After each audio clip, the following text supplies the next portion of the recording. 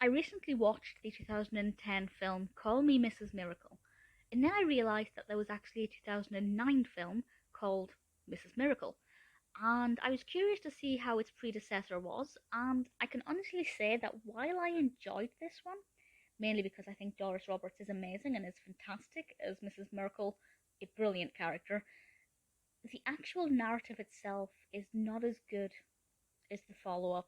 I don't want to say sequel, it's not really a sequel as such, the second film, other than that it involves the same character. But it's still pretty interesting. So the first Mrs. Miracle was released in 2009, as I said, directed by Michael M. Scott, written by David Golden, based on the book by Debbie Macomber. And this stars James Van Der Beek as our protagonist Seth, and Erin Karpluk as Becca. Of course, we also have Doris Roberts as Mrs. Merkle. Her name is Mrs. Merkle. The Mrs. Miracle aspect is explained, but I think it's lovely.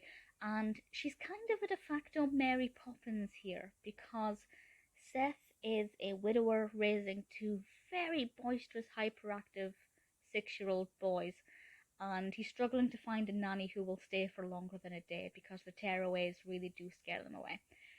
And as if by magic, one day Mrs. Miracle appears on his doorstep saying that she is the new nanny and she's there to look after the boys and teach them some manners, but in a really great way. She's so warm and inviting and full of fantastic ideas.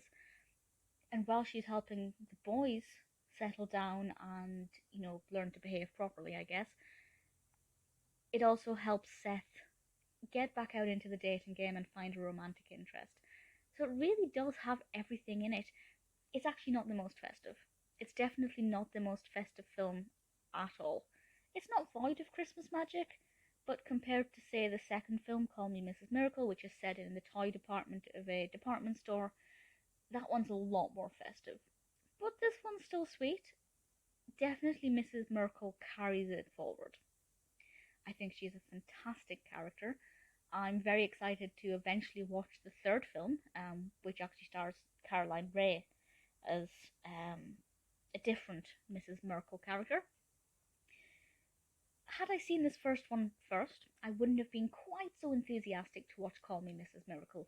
So I'm really pleased I watched the second one first, as this one's just not quite as fun or as magical or as brightly coloured. It's got a slightly more depressing element to it, given obviously Seth's situation and the fact that the boys are quite naughty. But ultimately, I thoroughly enjoyed it. Mrs. Merkle, Doris Roberts, definitely carries the narrative forward. Even though it's not as good as the 2010 one, it's certainly worth a watch.